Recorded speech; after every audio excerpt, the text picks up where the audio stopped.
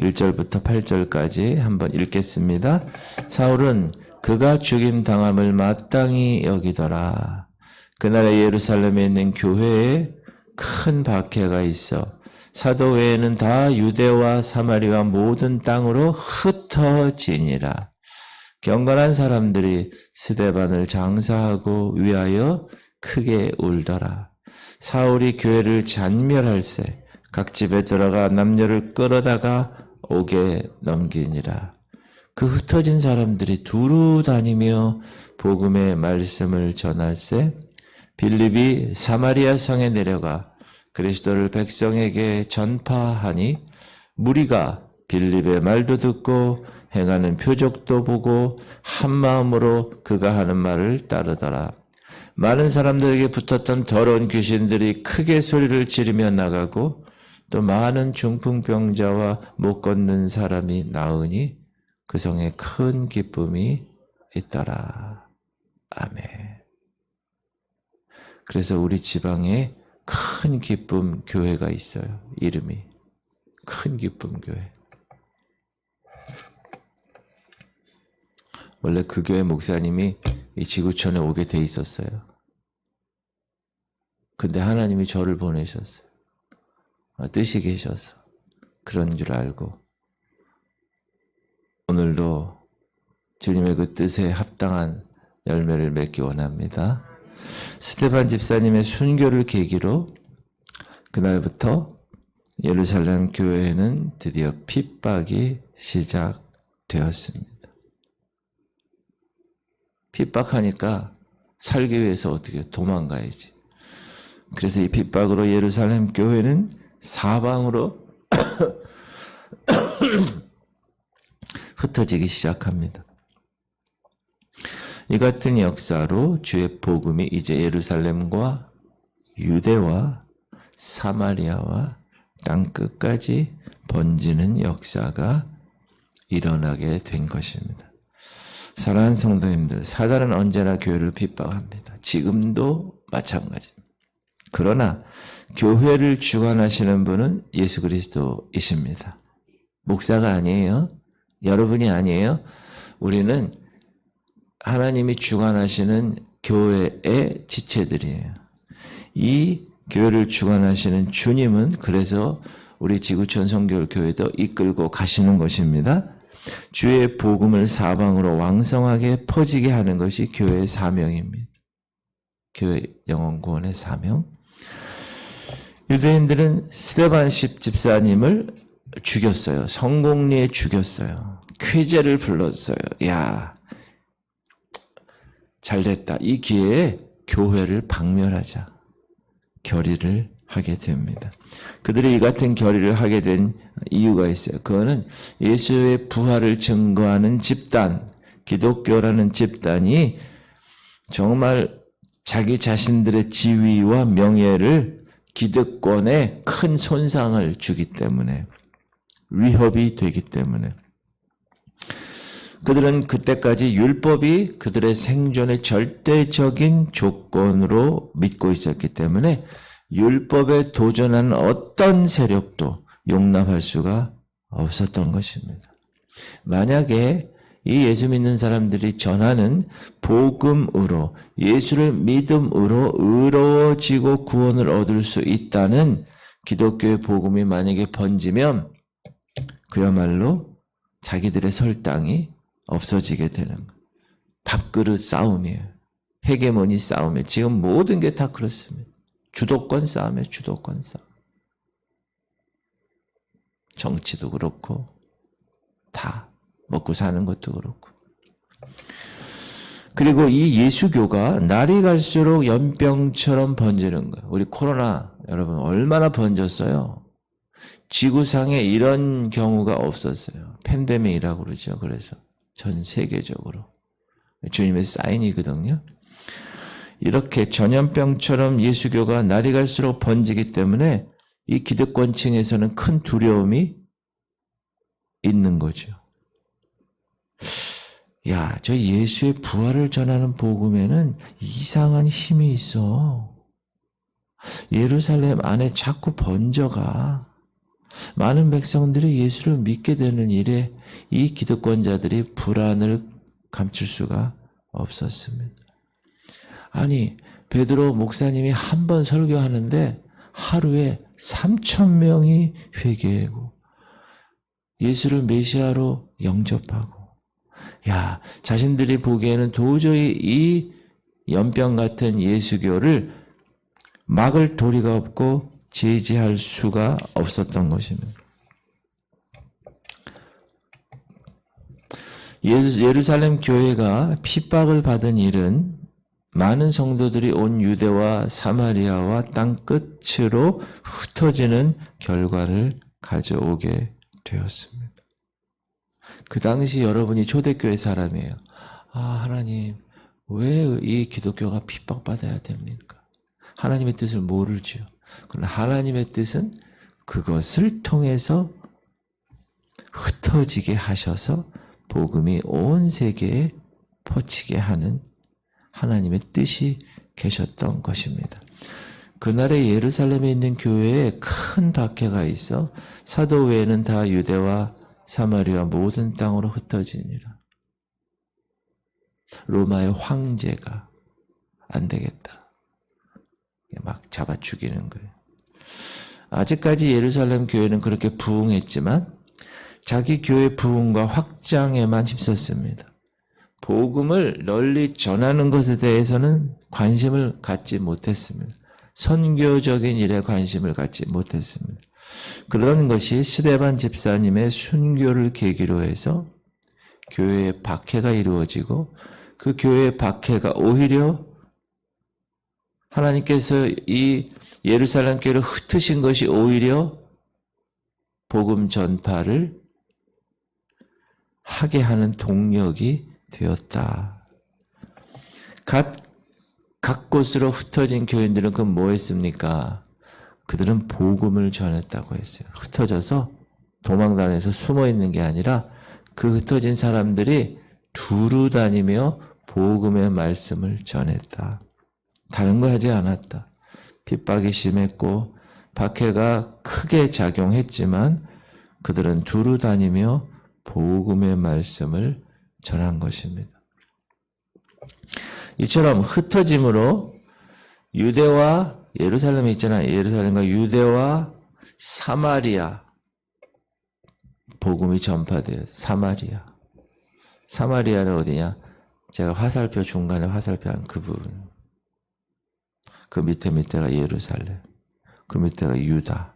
그다음에 사마리아. 그 다음에 안디옥. 저 위에 가면 안디옥이 나오죠. 그리고 터키 지역. 그리스 지역. 그 다음에 이베리아 반도의 지금의 독일, 스페인, 프랑스, 그리고 바다 건너 영국, 대서양 건너 미국, 태평양 건너 인도, 일본, 중국, 중앙아시아, 이렇게 한 바퀴 도는 거예요, 복음이. 이 사마리아는 원래 북이스라엘과 남유다로 분열 왕국 시대 때 이스라엘이, 이 북이스라엘이 사마리아거든요. 이 나라가 위 아수르에게 망하고 남유다는 바벨론에게 망합니다. 아수르는 어떻게 정책을 썼느냐? 혼혈 정책을 썼어요. 혼혈. 그래서 막 결혼을 시켜가지고 순수한 이스라엘의 민족의 피가 섞여버리는. 그래서 유대 사람들이 이 사마리아 사람들을 개같이 여겼어요. 정통성이 없는, 피가 섞인. 우리나라도 배달 민족, 뭐 단일 민족 이러잖아요. 그런 프라이드가 있어요. 유다는, 밑에 나라는. 그래서 예수님이 유대인이 우물가에 가서 물을 먹으려고 그럴 때 사마리아 여인이 있잖아요. 사마리아 여인이 뭐라, 유대인이 어떻게 저랑 얘기를 하십니까? 그런 역사적인 배경이 여기서 일어난 것입니다. 그래서 이 사마리아, 이 북이스라엘 쪽의 이 동네는 이 종교 생활도 유대인과 좀 달리 독특하게 했어요. 왜냐하면 분열왕국 시대 때 르호보암 시대 때 분열되고 여로보암이 이제 10지파를 잡고 있었을 때 여기 있는 사람들도 다 이제 예배하러 예루살렘으로 내려가는 거예요. 밑에 나라로, 남유다로. 그러니까 안 되겠다. 여로보암이. 이 북이스라엘 쪽에도 성전을 하나 짓자. 그래서 그리심산이라는 곳에 그리심산에 별도 예배처를 마련해. 왜? 그쪽으로 가면 나중에 또 변화될까 봐. 그렇죠? 그러니까 쉽게 얘기하면 우리가 북한 사람들이 이 남한에서 예배를 드려야 되는데 북한이 좋아할까요? 그러니까 안 돼. 그러니까 평양에도 하나 성전을 만들어서 거기서 이제 예배를 짓게 하는 이런 것이죠. 그러나 이 북이스라엘 사마리아에게도 사람들에게도 메시아에 대한 소망은 밑에 유대인들과 다를 바가 없었습니다. 그런데 이 대목에서 우리 기독교 사상 별처럼 빛나는 위대한 주님의 사역자 사울이란 인물이 교회를 핍박하는 중요한 유대인의 멤버로 등장합니다. 우리가 사도행전 8장을 읽었는데 이제 9장에 가면 바울이 변화되는 다메섹 사건이 나오고 기독교 역사상 획기적인 공헌을 한 인물이 드디어 나타나게 됩니다. 사울은 길리기아 다소 사람이에요. 다소라는 곳은 저 위쪽이에요. 지금 두로 밑에가 북이스라엘이고 그 밑에가 남유다예요. 이제 시리아, 그렇죠? 아시리아, 수리아, 그다음에 안디옥. 안디옥이 첫 번째 예루살렘 교회가 개척한 교회가 안디옥 교회 있죠. 사울과 바나바를 거기에 멤버로 보내잖아요. 그리고 나서 그 위가 다소예요. 그러니까 터키 지역과 이 팔레스틴 중간에 있는 지역이 다소야. 이 사울은 여기 출신이다. 그리고 가말리아 문화에서 엄하게 율법 교육과 재반 학업을 전수받은 사람이야. 그러니까 저기서 이 가말리아에 있는 여기까지 이 유대까지 쉽게 얘기하면 유학을 온 거예요. 그 당시에. 지금으로 얘기하면 유학파죠. 그러니까 똑똑한 사람이고 집도 재정적으로 잘 사는 집이죠. 바리새파에 속한 사람이고 율법에는 흠이 없다고 할 정도로 대단한 사람이에요. 여러분 율법에 흠이 없다는 것은 율법을 100% 지켰다는 거예요. 그런데 갑자기 신성 모독하는 예수의 집단이 나타났다는 거예요. 그러니까 사울 입장에서는 안 되겠구나 이놈의 자식들. 그래서 교회를 잔멸하려는 사명감에 불타 있죠. 그래서 우리가 이제 나중에 이제 곧바로 9장에서 공부하겠지만 다메섹으로 가는 도중에 그것도 교회를 핍박하고 잔멸하려고 가는 도중에 부활하신 주님을 만나게 되고 그 이후 바울이란 이름을 가지고 한평생 주의 복음을 위해 충성된 사도가 되었죠. 바울은 율법에 대한 열심이 최고였고 하나님에 대한 열심이 최고였기 때문에 교회 같은 존재, 율법에 저주받은 나무에 달린 자마다 저주받은 사람이라는 그 예수를 따르는 사람들에게 있어서는 이 율법에 도통한 사람 바울 입장에서는 말이 안 되는 거예요. 어떻게 저주받은 사람의 집단이 하나님의 아들의 집단이냐. 그래서 마음으로 굳게 결의하고 행동으로 옮긴 청년입니다. 마땅히 없어져야 돼. 그는 다른 바리새인과 서기관들 달리 그 행동이 아주 과격했고 아주 지나쳤습니다.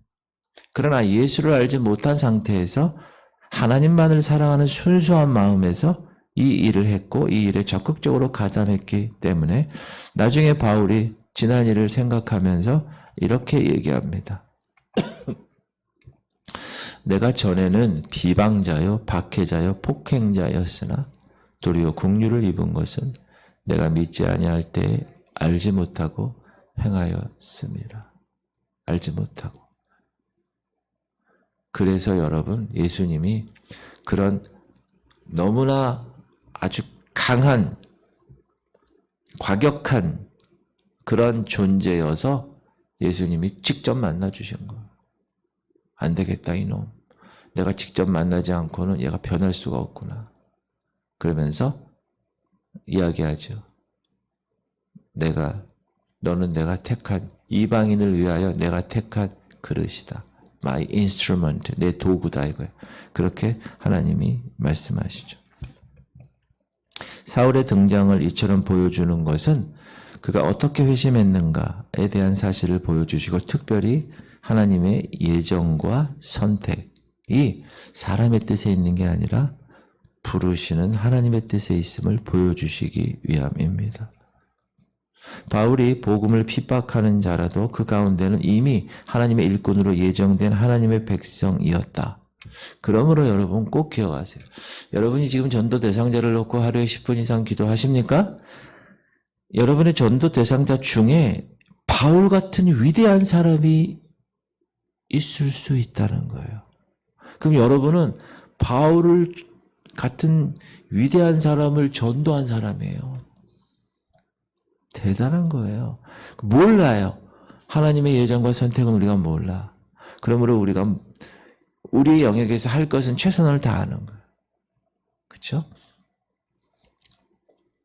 꼭 기억하세요. 내가 전도한 그 사람이 나중에 엄청난 하나님의 그릇이 될 수 있다. 지금 불신자들, 지금 엄청나게 핍박해도, 지금 사울이 그랬잖아요. 엄청나게 핍박했잖아요. 근데 나중에 하나님의 위대한 일꾼이 그릇이 됐잖아요. 여러분 남편이 지금 엄청나게 핍박해. 여러분 아들, 여러분 부모, 여러분 친구, 여러분 주변에 있는 사람 지금 엄청나게 핍박해. 모르는 일이에요. 그런데 그거는. 하나님이 만약에 그 사람을 택해서 하나님의 그릇으로 만들려고 작정하셨으면 그 사람이 사울처럼 한순간에 변화되는. 사마리아 성에 복음이 들어가자 그 성에 뭐가 있었다고요? 큰 기쁨이 있었어. 그 성에 큰 기쁨이 있더라. 사랑하는 성도님들, 복음이 들어가는 곳에는 항상 큰 기쁨이 따릅니다. 그래서 복음을 정확하게 인지한 사람들, 그리고 그 복음 때문에 너무너무 감격하여 사는 사람은 항상 기쁩니다. 얼굴을 보면 항상 기쁩니다. 왜 그러면 복음이 들어가는 곳에는 이런 큰 기쁨이 따릅니까? 거기 8절 읽었는데 7절에 보니까 많은 사람에게 붙었던 더러운 귀신들이 크게 소리를 지르며 나가고 또 많은 중풍병자와 못 걷는 사람이 나으니. 복음은 여러분 그냥 이렇게 관념이 아니에요. 복음은 팩트고 복음은 삶이에요. 복음은 변화이고 복음은 자유예요. 귀신으로부터 자유, 모든 병으로부터 자유, 특별히 죄와 사망으로부터 자유, 변화되는 자유. 부활절 우리가 섬겼는데 죄와 사망에서 허덕이는 우리가 2000년 전에 예수께서 이미 십자가에서 그 죄와 사망을 이겨내시고 부활하셨어요. 그리고 부활의 첫 열매로 우리에게 모델로 보여주셨어요. 여러분 주님 다시 오시는 날 여러분도 부활하십니다. 부활체가 되는 거예요. 시간과 공간을 초월하는 몸이 되는 거예요. 죽은 자들이 먼저 일어나고 나팔 소리와 함께 주님 다시 오시는 그날 순서가 먼저 죽은 자들이 일어나고 살아있는 자들도 순식간에 in a moment 호련히 in the twinkling of an eye 눈 깜짝할 사이에 확 변화되는 거 믿으세요? 그날을 생각하면서 준비해야 돼. 나팔 소리가 울리는데 잠들어 있으면 안 돼. 항상 깨어 있어야 됩니다. 우리는 이처럼 복음이 전파되는 곳에는 큰 기쁨이 따른다는 사실을 알고 이 복음이 주는 기쁨을 여러분이 여러 곳에 심기를 축복합니다. 또 하나의 열매를 바라시고 여러분이 이 땅에 하나님이 심으신 것은 또 하나의 열매를 바라신 거예요. 주님의 마지막 유언의 말씀. 너는 가서 go make disciples 제자 삼아 teach 아버지 아들과 성령의 이름으로 세례를 주고 baptize 내가 네게 명령한 모든 것을 가르쳐 지키게 하라. 그러면서 볼지어다 내가 세상 끝날까지 너희와 항상 함께 있으리라. 주님이 항상 동행하는 삶. 오늘도 살아내시기를 주님의 이름으로 축복합니다. 주님, 우리 성도님들이 복음의 능력